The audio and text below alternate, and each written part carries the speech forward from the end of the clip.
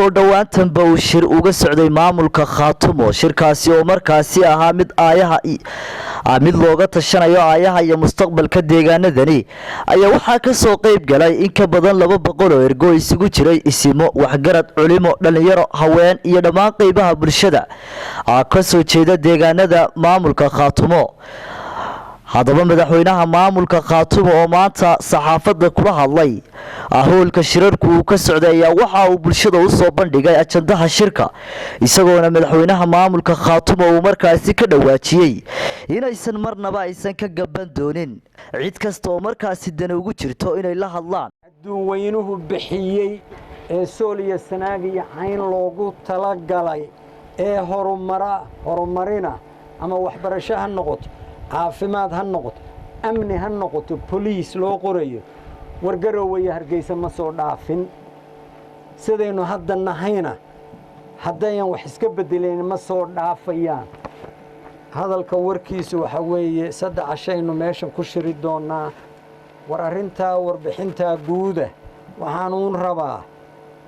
war cidda taariikhda mid ka gadisan haysay sheeg waa ka dhageysanaynaa war cidda tala ka gadisan ama inooga fiican ciddii haysay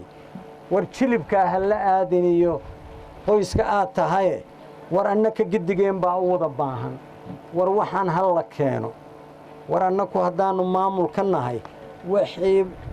rag ama dad ka dhaxeeya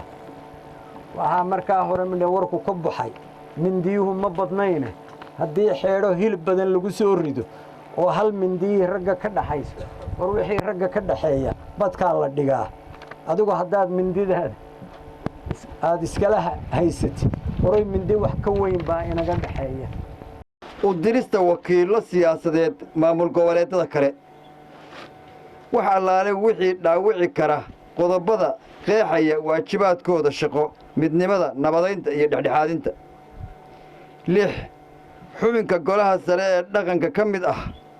ma baahin karo xaajo aan golaha sare ee dhaqanku wada qaadan ama ogolaanshaheeda aanu lahayn ama keeni karaba khilaaf 7 habka lagaga mid noqonayo golaha sare ee dhaqanka iyo waayidda xubinnimadiisa golaha sare ee dhaqanka xeerka hoos waxa qeexaya xeer hoosaadkooda waa ka laga saarayo iyo ka ku jiraya ee ku soo biiraya xeer hoosaadka iyagu ay leeyihiin way golaha sare ee dhaqanka ee maamulka dawladdu waxay la kulmi karaan halkii sanaba mar hagaajiya ilaahay subhanahu wa ta'ala wa sulhu khayr heshiisku saa wax kasta ka khayr badan kala jeedka iyo kala taga iyo isu dhabar jeedinta iyo colaad heshiiska ka wanaagsan la taxaasadu bi keenay subhanahu wa ta'ala من لا يشكر الناس لا يشكر الله نك أن تذكر مهدنق إلهي نوم مهدنقو وحنو سجارة ومهدنقينا عاصمة البيضاء عاصمة ضعاد يبلعد سيدا وناكسان إن لو سور دويي يسيدا إن لو عاصمة إن لو سور يي وحن لنا هاي دعاء رسولك ودعي عليه الصلاة والسلام مدرسة صدق خاتمة وحلينا بلعد صدق خاتمه الرسمي ما أنت ينوجنا يوابلعاد Sooliya Sanaag iyo Cayn bay matalaysaa war kuwanaynu isku dagaan iyo isku dolnahay bal inaynu wax heshiis la yiraahdo iyo nabad wada qaadan karo inaynu istixgelin karo